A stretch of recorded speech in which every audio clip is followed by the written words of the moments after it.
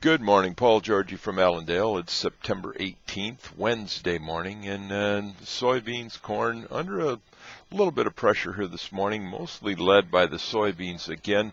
We tested some support overnight and was able to bounce back during the early morning hours, and then now we're seeing a little bit more selling pressure in the soybeans. A lot of that, I think, is coming from the weather, in that we've got more rain forecasted for the corn belt here.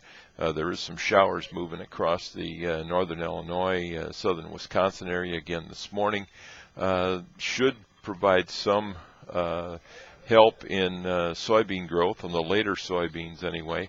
And there's more rain in the forecast for the next 2 to 3 days as it moves across the corn belt, which should again, or is anticipated to help the soybean production.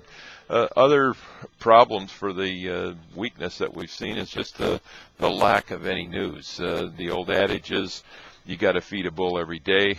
We have run out of bullish news at the moment, especially with no frost in the forecast. We're looking for something to excite this market until we get more into harvest and see what kind of soybean yields we actually have out there. We're running light for bullish news. The other main market factor is the FOMC meeting today. The economic world is watching it very closely. The equities are watching it, and I think commodities overall, they're a bit on the defensive here this morning as we go into the last few hours of trading before the FOMC releases their minutes and has a news conference. They should release that at 2 o'clock Eastern Time, 1 o'clock Central Time today. So trade's going to be monitoring that and watching that very closely, as it will impact overall traders' attitudes. The idea right now, or the average guess, is that somewhere between 0 and $15 billion reduction in their bond purchases on a monthly basis. Average is somewhere in that $10 billion a month reduction is what the trade's looking for. So we'll be watching for that here at 1 o'clock today. Other tidbits, open interest in corn actually increased about 19,000 contracts yesterday on just a small move of only 2.5 cents. News out of China is their interest in soybeans has slowed down quite a bit here in the last while. That's another reason for some pressure on the soybean complex. Corn harvest is also beginning in northern China, so that is a reason why we may not see them coming in doing much purchasing, at least for the short term. South American processors of soybeans continue to struggle to get supplies. Cargill announced yesterday they were shutting down their Rosario, Argentina plant because they couldn't procure enough soybeans. And one of the reasons there might be is that the inflation rate in Argentina and Brazil is very high.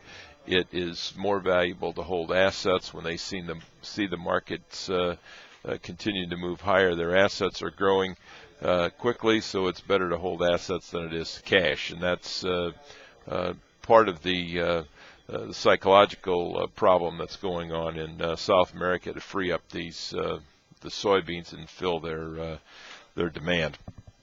The livestock trade quiet, a little bit of pressure in the cattle and hogs again overnight in the futures. Cutout values in beef, choice up 1 cent, select up 67. We had pork cutout values yesterday up sharply, up $1.90. Tight hog supplies has supported the hog complex. It's also some of the technicals. We went down, tested some uptrend channel support yesterday on the charts and bounced off of that. So continuing to see the hog market show some strength here. it's very close to some critical support. So if you're trading that market from the long side, we certainly recommend using risk protection, manage that stop loss protection, as that market is overbought, and from a seasonal standpoint suggests that we could see some correction in here. So we're certainly recommending to use that risk protection on the long side of hogs. And the cattle, our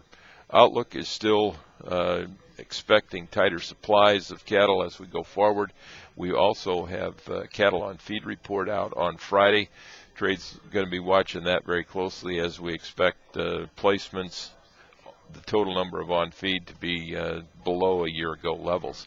If you got any questions, never hesitate to give us a call here at Allendale at 800-262-7538. We wish everybody a very successful trading day, and I'll talk to you tomorrow morning.